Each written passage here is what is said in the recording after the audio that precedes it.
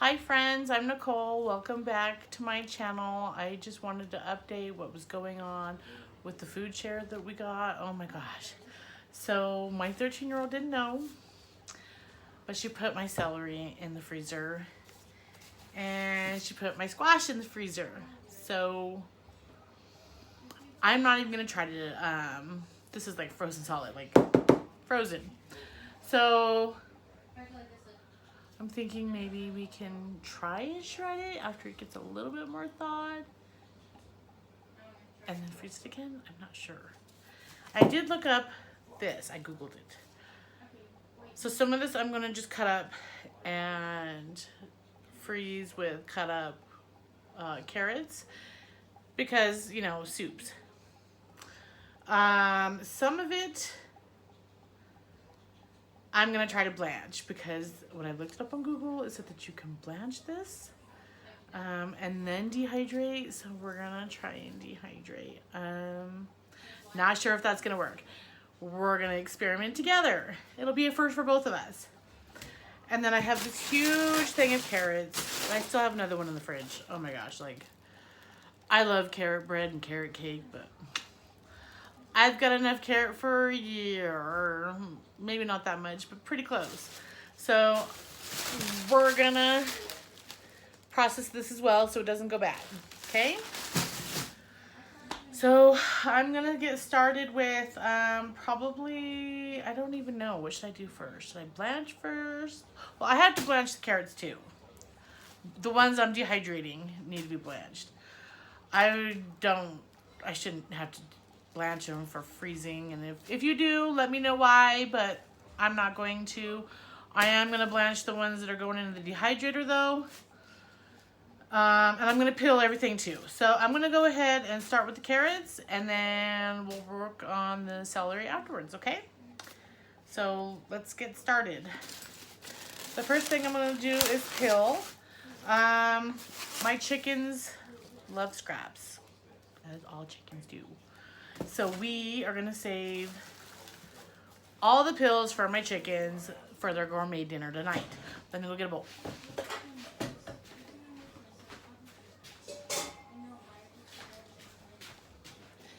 Okay, and one of those squash just fell. So I'm just gonna do it right into the bowl. And you know what? It's not gonna be perfect. Nothing in life is perfect, and I'm okay with that. I work with these gloves because my husband brings them home from work, and they're free. He uses them all the time on a daily basis, so why not, right? I actually went up to go try and get another share today, and they were closed due to weather. So, and of course, I drove all the way up there, which is like a 45-minute drive, before I realized that they were, actually, I arrived there and I was like, where is everybody? And then I looked and I was like, oh, they actually posted something before I left that said that they were postponing it. So I wasted my gas, but that's fine. I actually ended up spending a good, you know, the whole drive there and back with my 13-year-old. And we needed mommy-daughter bonding time because, like most teenagers, they like to hole up in their rooms. So whatever time I get with my child that we're not arguing or fighting or having the teenage meltdown, it's a good thing. Look at this carrot.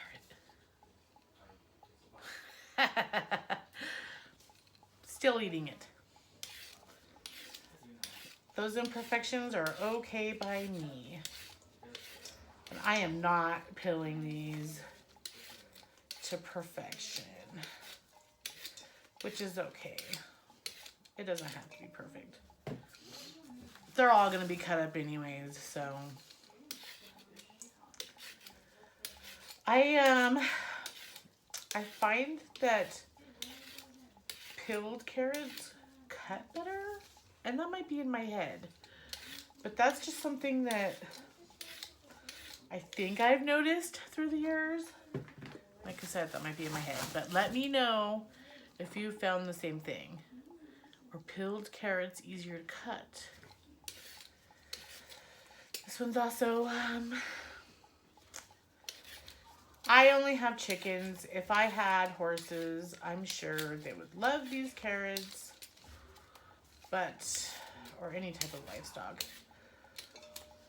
We are in the city. We are not allowed to have anything else besides hens. We can't have roosters, hens only. And it's like, I think 10 is what we're allowed to have, which is more than enough. I only have 5. I started with 6. If I could have a goat, I would have a goat. Well, let me rephrase that. I would have a mother goat so that I could get the milk so I can make goat cheese. But, and because goats are fun. But no, we can't have goats, which is, honestly, my chickens would not be as well fed as they are if I had a goat. So, probably a good thing we don't have a goat. But I love my chickens. They're fun. They are food. But they give us plenty of eggs for me and my family. And I actually found an old wartime poster, which I should probably try and find. But it actually said, a family in hens keeps a family fed, or something like that. And now I don't, you know, you need to have at least 3 because they're pecking orders. But I feel like 3 hens for a family of 3, so like a hen per person is okay-ish. We are a family of 4 at home, and 5 seems to be a good number because we bake with the eggs and we fry them up and we do whatever. So 5 hens for us seems to be a good number. And I'll do a review on the hen house and run that I purchased. But what I got is a tractor running in coop, so I can move them around the yard. And that actually keeps them pretty occupied because it gives them, because chickens get bored. And if you're going to keep them in one solitary spot, you have to have more room for them because they get bored. They'll start pecking each other and whatever. But if you're going to move them around, then they have their vegetation changes and they can peck more. And bad flies. They don't get bored and they don't attack each other as much. I know it's time to move them if I see feathers in the morning, like they've been arguing with each other, or at night, because I'm like, oh, okay, my chickens got bored. It's time to move their coop. They let me know those things, which is good. So, and then in the winter, we're just going to winter them as close to the house as possible, just because I'm in zone 5B. And we get below freezing for December, January, February. I mean, well, our last frost day is actually May, which gives me a short growing season, which sucks. But the house is like a wind block, so it gets less cold, and they can get some of the heat off of the house. So they'll be overnighted in their coop as close to the house as possible, without being on the back porch. And the reason why I don't want them on the back porch is because I want them to be able to peck. I want them to be able to come out during the day on the ground in the gravel and peck. Because the run is covered, you know, or it can be covered. So we can cover that without the snow or anything. I mean, yeah, the ground will freeze over, but they'll still peck. And that gives them something to do, and they won't be as bored. Of course, they'll stay in the coop a lot as well, but yeah. I can talk all day about my chickens. I love my chickens. I grew up in the city, And if you asked teenager me if I would ever have chickens, you would have heard a no. But let me tell you, if you've even been considering getting chickens, get chickens. They are worth it. They are so easy to care for as long as predators can't get them. Actually, we used to live in another state, and I've lost 2 entire flocks to predators. One of them was my dog. A Cocker Spaniel took out an entire flock. So as long as they're protected from predators, and I will do a review on the coop that I purchased. I'm like swatting at flies if you don't see the flies. I paid a little bit more for the coop that I got, the coop and run, because I wanted to make sure that they were protected from predators. So as long as you can protect your hens from predators, they're very easy to care for. You just give them your scraps like this and, you know, make sure they have some feed and water. I also give my my hens scratch, which is just a mix, a little medley of seeds and things. And they love it. It's got some corn in there, some kernels. And they love their scratch. I also give them some of the goodies, the cherry tomatoes that I grow off of when I'm out there picking. I'll give them the ones that are too small for me to do anything with, just because they love tomatoes. Just my chickens love tomatoes. And then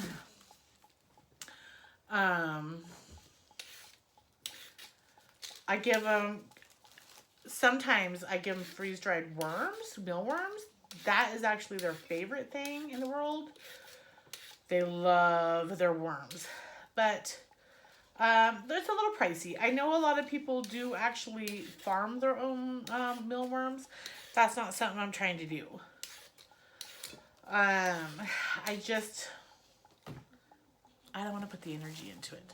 I do want to grow my own chicken food, like corn and stuff, and I'm going to try this next year. Where we were at in California, it was always too hot to grow the corn, because the summers were crazy. But we moved here a year ago. I'm originally from Colorado. So we moved back to Colorado a year ago. And I'm going to attempt to do corn next year. This year was me trying to establish strawberries. And I had purchased currants. I call them currants. They're currants. Gooseberries, some apples, and some bushes and stuff. Half of them survived. I didn't have a very good luck with this. My strawberries, I'm not sure what happened. All of my everbearing, which means they don't all have produced strawberries at once. It's like throughout the season, all of my everbearings died. I had one last standing and it died this last week, and I tried saving it. I actually dug it up and tried to replant it because I thought maybe it was root bound or it was too wet. I could not figure out what was wrong with it. It wouldn't go. So the one June bearing, and that means they all produce it blooms at the same time. You get all your harvest at once, which is great for jams. I accidentally got one June bearing as a start from the store. It's still alive. Not only is it still alive, but it has produced baby plants, the runners from it, and because it's its first year, I let it do it. I got a couple strawberries from it, which I gave the chickens because they were too small. I ate like one maybe. But I went ahead and I let it produce runners so that I could have more. I'm trying to fill one of the raised beds I have outside. I'll show you guys my raised beds. And I'll be darned, it's still alive and it's happy and it's healthy and it's still producing runners. So I'm like, okay. I don't know what it was about the everbearing. Maybe it was just, I don't know. But I've decided my main goal from the strawberries anyways isn't necessarily so I can pick all year, which, I mean, all season, which I will, of course, pick all season and eat. But I think my main goal is going to be, jams, preservation, um, strawberry bell pie. So I'm okay with the June bearing, and I'm gonna just see. I might buy another one next year, and then just let those two populate the rest of the raised bed. Why not? Because I am dedicating a full raised bed, and my raised beds are 4x4. I'm just gonna go ahead and let the entire bed be my strawberry patch, because I like perennials. I like the idea of plant it once and done. And I know that strawberries are biannuals. They're not exactly like forever perennials, but they will reproduce themselves with the runners. I'm okay with that. So the strawberries are gonna have, now I wanted to do asparagus. I also tried asparagus. That was a bust. And I actually, a few of the people that have lived here their whole lives, they told me and they warned me. They said, you're not going to be able to grow asparagus here. I've tried. Everybody told me that I asked that they tried and failed.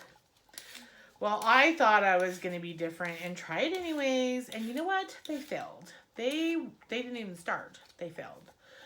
My bell peppers failed. I'm not sure what happened. So they didn't die until I stopped watering them. But they never grew. And I'm talking 3 months of no growth. Like, the most they grew was like maybe this high. What's the point of that? They never did anything. So even though they didn't die, they also didn't give me anything. There was no growth. And I just thought, you know what? I'm wasting precious water and energy on something that's not gonna do me anything. So I gave up. What I'm happy about that did well is my tomatoes. In fact, my tomatoes did way better than expected. I'm still picking every day. I'm picking and freezing so that I can can them up. And you'll see me do it when it's time. So my season's almost over. Our first frost here is usually the first week of October. So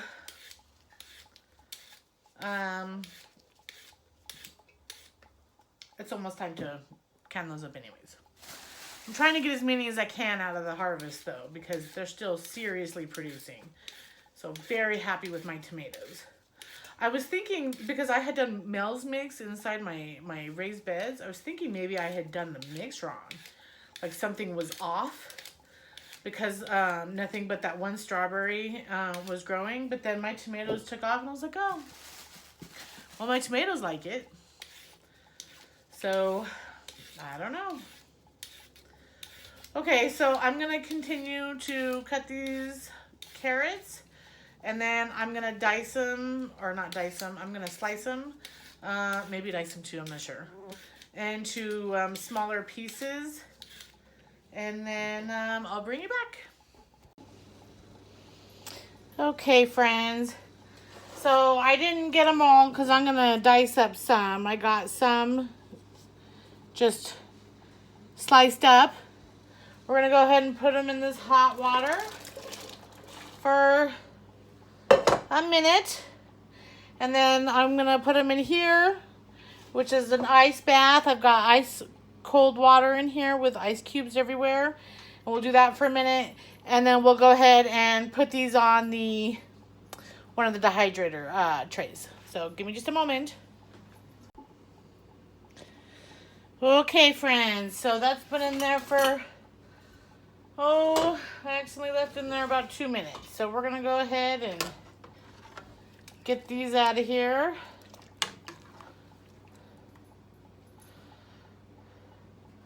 Put them in the ice cold bath.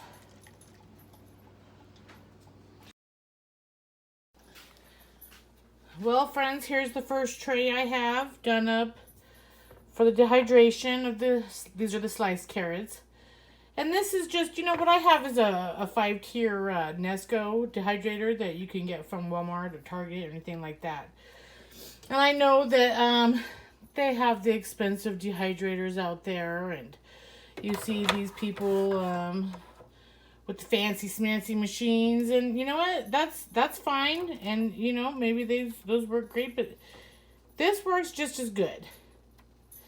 It's a fraction of the price, and it does the same job. You know, sometimes it takes a little longer, but I've got 5 tiers of these trays that I can stack my things that I want to dehydrate on, and it gets the job done. And it's a decent little thing. So this is the Nesco, and I'm not sponsored or anything. Just saying, you know, I got this at Walmart. It was probably the cheapest one they had, and it works for me. I asked for it for Christmas. My husband got it for me, and I'm happy with what I have. So there you have it. I've still got quite a bit of these sliced carrots to put on here. So I'm going to go ahead and finish this, and I'll bring you back. Okay, friends, so just that little amount of carrots did 4 full trays. But I'm going to just stop there because I had already blanched those. So I'm going to go ahead and do these. And then we'll do, when this is done processing, I'll go ahead and see how I tried to get them as even as possible for the thickness. So then when these are done, and this could take, you know, 10 hours or so, maybe a little longer, depends. So when these are done, we'll go ahead and do the ones that I diced up. And we'll also do the celery. So you just put this on there. This is for the Nesco. You just put the lid on it, and you plug it in. You just turn it on. And there you have it, friends. In about 10 or 12 hours, we'll have nice dehydrated carrots. And I'll be able to jar those up. And then we'll continue on with our food preservation from that grocery haul that I got, okay? Thanks for watching, friends, and have a good night. Okay, friends, so after I started cutting into these, I decided, the squash here, since they're not all the way defrosted, that these would make really good fried up. Bread them and fry them. So I am slicing them up to about that thick. I washed them up. I sliced them up. I put them on parchment paper. You guys like that? By the way, I forgot to show you guys. That's from the fair. That'll be gone in 3 weeks. Anyways. So I am going to lay another parchment paper on this. And I'm just going to stack them. I'm going to put them in the freezer. And then when they're all the way frozen, I will put them in a Ziploc bag. And we'll store them up until I decide to fry some up.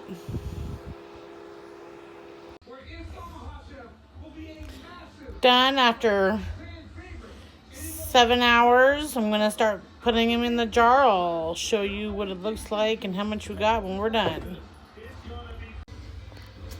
Okay, so we're going to... I went from the half pint to the quart. I can't find any spare pints, but after tomorrow's, because we're doing more tomorrow, we should be able to get this quart size pretty full here. It's a lot of carrots. They dried pretty small.